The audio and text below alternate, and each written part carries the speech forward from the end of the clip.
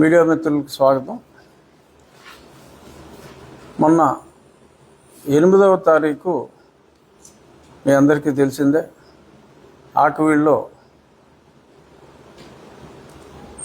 నేను అక్కడ ఎప్పుడో పురాతన 100 సంవత్సరాల పైబడిన రామాలయం సందర్శించడం జరిగింది. ఆ సందర్శించడానికి కారణం పేపర్లో 7వ తారీఖు, ఈ నెల 7వ తారీఖు న్యూస్ పేపర్లో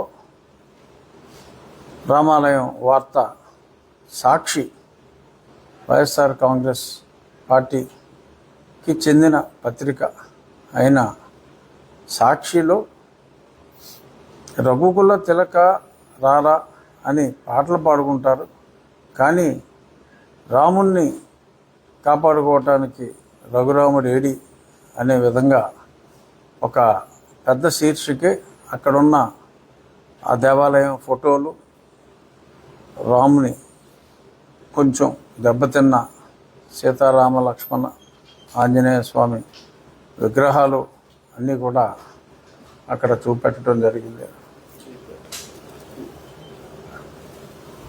రామయ్య ఇటు చూడవయ్య అని టైటిల్, ఆ లోపల కూడా మ్యాటర్ అంతా చాలా స్పష్టంగా రాయటం జరిగింది.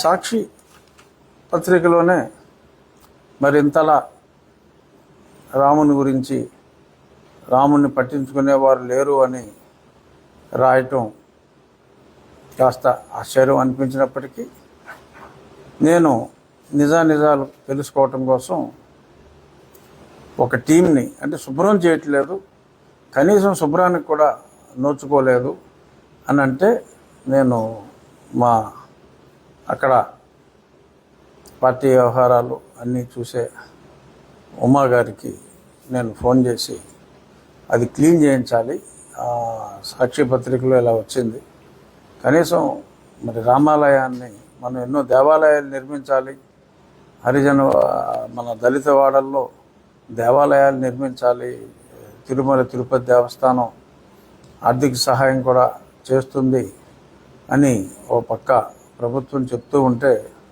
ఉన్న ఆలయాలు కనీసం క్లీన్ కూడా చేయకపోవటం అనేది చాలా దారుణం. వెంటనే క్లీన్ చేయాలి అని చెప్పి నేను ఆయనకు చెప్పటం, ఆయన క్లీన్ చేసే ప్రయత్నాలు జరుగుతూ ఉంటేనే మరి ఆ పక్కన కాలనీలో ఉన్నవారు మేమంతా దళిత క్రైస్తవులం అని చెప్పి వచ్చి అడ్డగించి వారిని తరిమివేయటం జరిగింది. ఎప్పుడైతే కనీసం క్లీన్ చేయడానికి కూడా ఒప్పుకోలేదో, ఇది కొంచెం విపరీతమైన పరిణామంలాగా నాకు అనిపించి, నేను 8వ తారీఖు స్పాట్లోకి వెళ్ళటం జరిగింది. ఆ క్లియర్గా నేనే ప్రత్యక్షంగా చూద్దాం అని వెళ్ళటం, అక్కడ సీతారామ హనుమాన్ సమేత సీతారామ లక్ష్మణ విగ్రహాలు, అలాగే ఒక నందీశ్వరుని రాజ విగ్రహం, ఇవన్నీ కూడా అక్కడ చూడటం జరిగింది.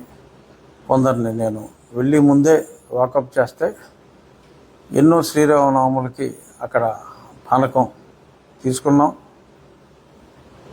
ఎంతోమంది కొన్ని తరాల వాళ్ళు, అంటే ఇప్పుడు ఒక 70-75 సంవత్సరాలు ఉన్నవాళ్ళు, వారి చిన్నతనంలో ఆ గుళ్ళోకి ఎన్నోసార్లు వారి తల్లిదండ్రులతో, అప్పట్లో బహుశా అందరూ హిందువులుగా ఉన్న రోజులు కావచ్చు, మరి కాలక్రమంగా మరి చాలామంది మొత్తం మార్చుకుని ఉండవచ్చు.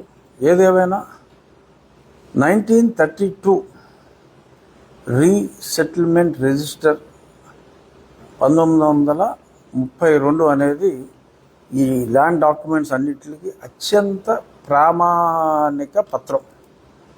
సో అందులో చాలా స్పష్టంగా అక్కడ ఇదిగో గుడి అని చాలా స్పష్టంగా రాసి ఉంది. సరే, కొంతమంది అరనీలి కోట్లు, అంటే కోట్లు అంటే కోట్ల నెంబర్ కాదు, కోటు వేసుకునేవాళ్ళు అండి, నీలి రంగు అరకోట వేసుకుని నోటుకొచ్చినట్టు మాట్లాడుతున్నారు. అరనీలి కోటు మరి అది హిందువుల గుడి, ఏదో సమ్ దేవత అని ఏదో చెప్పినట్టుగా నాకు ఎవరో చెప్పారు. సో నీలి చిత్రాలు నేను పెద్దగా మరి నీలిరంగు కోటు వీడియోలు నేను చూడను, ఎవరో చెప్పారు. గతంలో చూసా, ఇంకా తర్వాత చూడటం మానేశాను. ఆ నీలికోటు చెప్పిన దాంట్లో ఎవరో దేవత గుడి అన్నట్టుగా చెప్పారు. అతను అలా అన్నాడని. ఏదైనా గుడి అంటే చర్చ్ కాదు, గుడి అంటే గుడే. సో అక్కడ విగ్రహాలు ఉన్నది, రాముల వారి పురాతన విగ్రహాలు ఉన్నాయి, నందీశ్వరుని విగ్రహం కూడా ఉంది. సో అక్కడ దేవాలయ పునర్నిర్మాణం జరగాలి అని చెప్పి ఆ ప్రాంతంలోనే ఉన్న రామభక్తులు కోరుకున్నారు. ప్రభుత్వ పాలసీకి కూడా ఇది అనుగుణంగా ఉంది. రాముని దేవాలయం ఆరు హిందూ దేవాలయం ఉన్న ప్రాంతంలో కనీసం శుభ్రం కూడా చేయటానికి వీల్లేదు, అక్కడికి రావటానికే వీల్లేదు. ఈ ప్రాంతం అంతా వారి జాగీర్లాగా మరి ఒక సామాజిక వర్గం అలా మాట్లాడి ఇతర సామాజిక వర్గాల ఆర్ ఇతర మతానుచారాలు పాటించే వారి మనోభావాలు దారుణంగా దెబ్బతీసేలా మరి ఈ రకంగా మాట్లాడటం అనేది అది ఎట్టి పరిస్థితుల్లో సమంజసం కాదు. నేను చెప్పేది ఏంటంటే, ఈ సంఘటన జరిగిన తర్వాత నేను టీటీడీ సహకారంతో నిర్మిస్తాం అని చెప్పిన తర్వాత నాకు 100 మందికి పైగా ఫోన్లు చేశారు, కొన్ని వేల మెసేజ్లు వచ్చినాయి. సోషల్ మీడియాలో కామెంట్స్ రూపంలో అయితే కనీసం 1,00,000 కామెంట్స్ ఉంటాయి. 5,000 10,000 వ్యూస్ ఉన్న ఛానల్లో కూడా ఈ వార్త లక్షల్లో, 6 లక్షలు, 7 లక్షలు, 8 లక్షలు, 2,000, 3,000 కామెంట్స్ ఈ రూపంలో ఎవరైనా చదువుకోవచ్చు, అది నెట్లోనే ఉన్నాయి. మీరు మన భక్తుల సహకారంతోనే అయోధ్యలో రామ మందిరం నిర్మించినట్టుగానే ఇక్కడ ప్రభుత్వ సహాయం లేకుండా భక్తుల వితరణతోనే ఆ దేవాలయం నిర్మిస్తే బాగుంటుంది రాజుగారు అని చెప్పి ఎంతోమంది నాకు చెప్పారు. నేను కూడా అనుకున్నది ఏంటంటే, రాముని ఆరాధించే హిందూ ధార్మిక సంస్థలని ఇన్ఛార్జిగా, అంటే వారి నేతృత్వంలో, వారి సారథ్యంలో ప్రముఖ శిల్పి, తిరుమల తిరుపతి దేవస్థానంలో ముఖ్య స్థపతిగా, అలాగే శిల్పారామం చీఫ్ ఎగ్జిక్యూటివ్గా ఎన్నో సంవత్సరాలు పనిచేసిన శివనాగిరెడ్డి గారు, శిల్పశాస్త్రం మీద ఆయన ఆర్కియాలజిస్టు, శిల్పశాస్త్రం మీద ఎన్నో పుస్తకాలు రచించిన వ్యక్తి, ఎన్నో దేవాలయాలు, కొన్ని వందల దేవాలయాలు నిర్మించిన వాస్తుశిల్పి, స్థపతి, వారితో పూర్తిగా రాతి కట్టడంతో, అంటే కొన్ని వందల సంవత్సరాలు నిలబడి ఉండేలా పూర్తిగా రాతి కట్టడంతో, అక్కడ స్థలం తక్కువ ఉంది కాబట్టి ఆ స్థలంలోనే అత్యంత సుందరంగా పూర్తిగా రాతితో రామాలయాన్ని అక్కడ నిర్మించాలంటే ఎంత అవుతుంది అని కూడా అడగటం జరిగింది. అత్యంత శోభాయమానంగా, చిన్నగానే ఉన్నప్పటికీ కూడా అత్యంత శోభాయమానంగా జాగ్రత్తగా నిర్మిస్తే సుమారు ఒక 65 లక్షలు ఆ ప్రాంతంలో 2 అంతస్తులుగా వస్తుంది గోపురం. 65 అని ఒక రఫ్ అంచనా. అత్యంత సౌందర్యవంతంగా ఆ ప్రాంగణంలోకి వెళ్తే ప్రశాంతతగా ఉండే విధంగా ఆలయం నిర్మించవచ్చు అని చెప్పడం జరిగింది.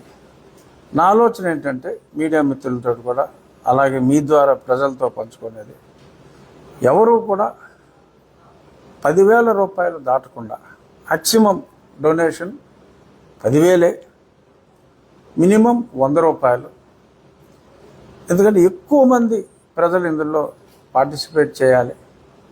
అది మన ఉండి ప్రాంతం వారే కాదు, ఆంధ్రప్రదేశ్ ఆరు తెలుగు రాష్ట్రాలు ఆరు రాముని ఆరాధించేవారు ఎవరైనా కూడా 100 రూపాయలు వారి వంతు కాంట్రిబ్యూషన్గా ఇస్తే హిందూ ధార్మిక సంస్థల అంటే అయోధ్యలో రామ మందిరం ప్రభుత్వ సహకారం లేకుండా కేవలం భక్తుల సహకారంతో నిర్మించారు. ఎప్పుడైతే ఆ అనౌన్స్మెంట్ వచ్చిందో, ఆ అనౌన్స్మెంట్ వచ్చినప్పటికీ 10 నెలలు సమయం నేను పార్లమెంటు సభ్యుడిగా గడిచింది. అప్పట్లో ఆ 10 నెలల జీతం నేను నా అకౌంట్లోనే ఉండి ఉన్నందువల్ల నేను మొట్టమొదటి 10 నెలల జీతం అయోధ్య రామ మందిరానికి నేను చెక్ రూపంలో అప్పట్లో పంపించడం జరిగింది. ఇక్కడ ఆకివీడులో ఈ రామ మందిర నిర్మాణానికి కూడా నేను నా వంతు వ్యక్తిగతంగా నా వంతు సహకారం నేను అందిస్తాను. వినతి ఏమిటంటే అక్కడ నేను వెరిఫై చేశా, మరి సెన్సస్ ప్రకారం అతి తక్కువ మంది క్రిస్టియన్స్ ఉన్నారు. ఇన్ రియాలిటీ చర్చికి వెళ్ళటం కానీ వారి మరణానంతర కార్యక్రమాల నిర్వహణలో ఫాలో అయ్యే రిచువల్స్ కానీ ఇవన్నీ చూస్తే చాలా ఎక్కువ శాతం క్రిస్టియన్లు ఉన్నట్టుగా తెలిసింది. కానీ అది మనం నమ్మలేం, ఎందుకంటే వారి సర్టిఫికెట్సే మనకి ప్రామాణికం కాబట్టి. ఆ సర్టిఫికెట్స్లో మరి మెజారిటీ పర్సంటేజ్ హిందువులే ఉన్నారు. రాముడు ప్రజల ఆస్తి. అక్కడ రామాలయం అందరికీ కూడా, బయట నుంచి వచ్చే వాళ్ళకు కూడా అక్కడ రామాలయం అనేది ఒక చక్కటి ప్రమాణాలతో, వాస్తు పరిజ్ఞానంతో చక్కటి రామాలయాన్ని అక్కడ నిర్మించడం జరుగుతుంది. వీరు కూడా సహకరించాలి అని చెప్పి కోరుకుంటున్నా. అన్ని మతాల వారు చక్కగా సామరస్యంగా కలిసి ఉండాలి. క్రిస్టియానిటీ అన్ని మతాలు కూడా ఫైనల్గా చెప్పేది ఒకటే, బట్ ఎవరి దారులు వారివి. నీ దారిలోకి నేను అడ్డు రాను, వీరి దారిలోకి మీరు అడ్డు రావద్దు. అన్ని మతాలు పక్కనే ఆల్రెడీ చర్చ్ కట్టారు, ఉన్నామండి. రామాలయం ఉంది, రామాలయంలో చక్కటి రామాలయం నిర్మాణానికి సహకరించండి. మీరు చర్చ్ కడితే మీ చర్చ్ నిర్మాణానికి కూడా మేమందరం కూడా సహకరిస్తాం. ఇక మొన్న ఏదో ఒక ఇందులోనే వేశారు, అంటే ఎవడో మాట్లాడాడు, some Christian all India Christian organisation వారు నేనేదో 23 చర్చిలు కొట్టేశానని, 3 మసీదులు కొట్టేశానని. మీ అందరికీ తెలుసు విలేకరులు.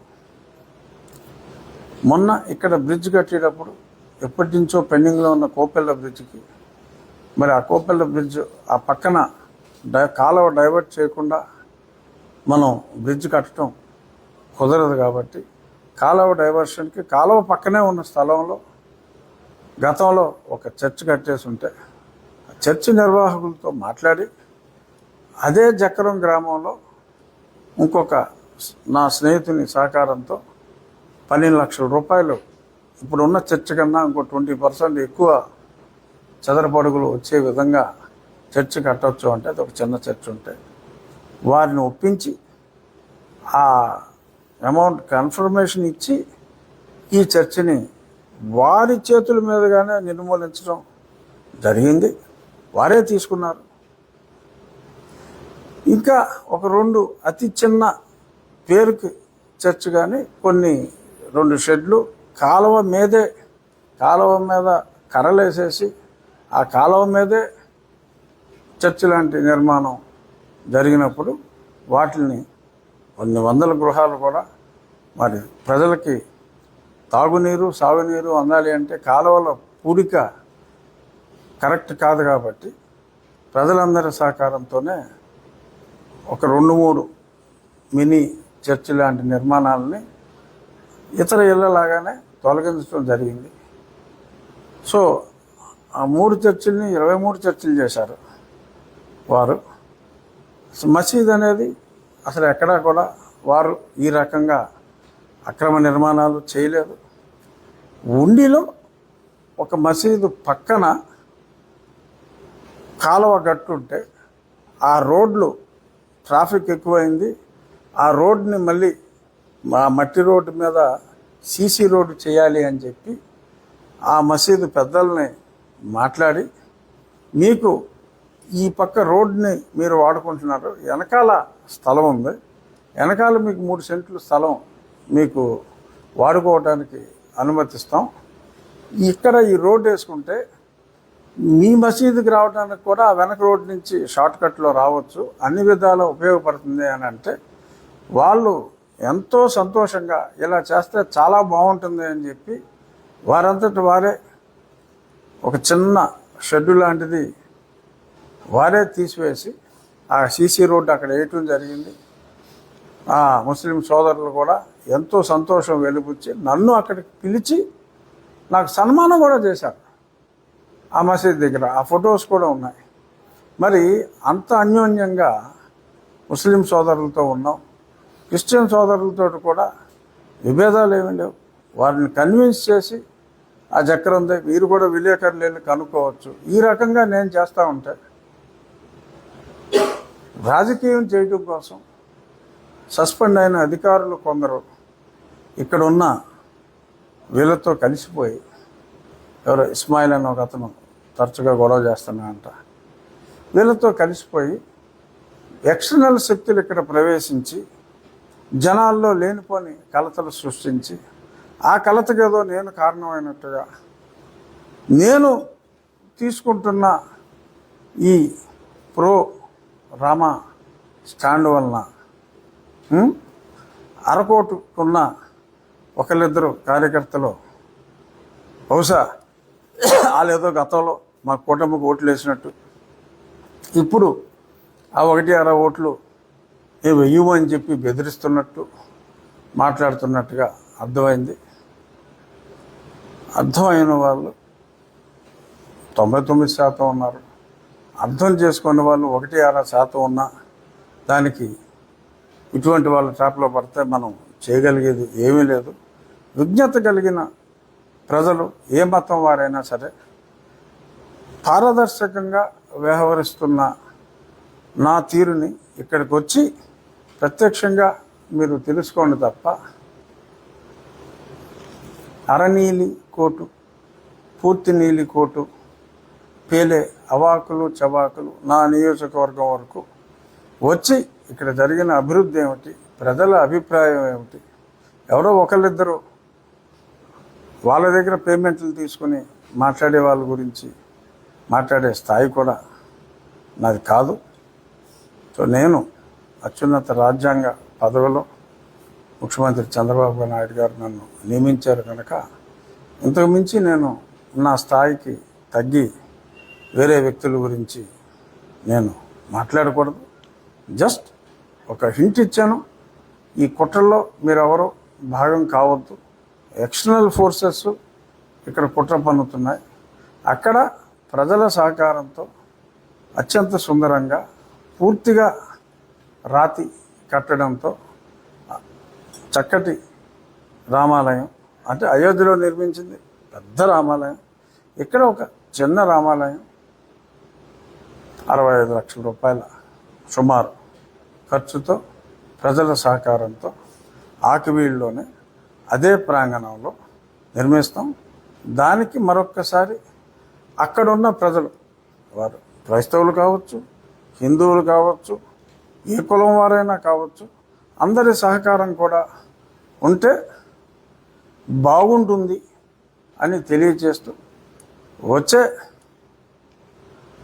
శ్రీరామనవమి నాటికి అక్కడ రామాలయంలో తప్పకుండా మనం ప్రార్థనలు చేయగలము అని చెప్పి ఆశిస్తున్నా.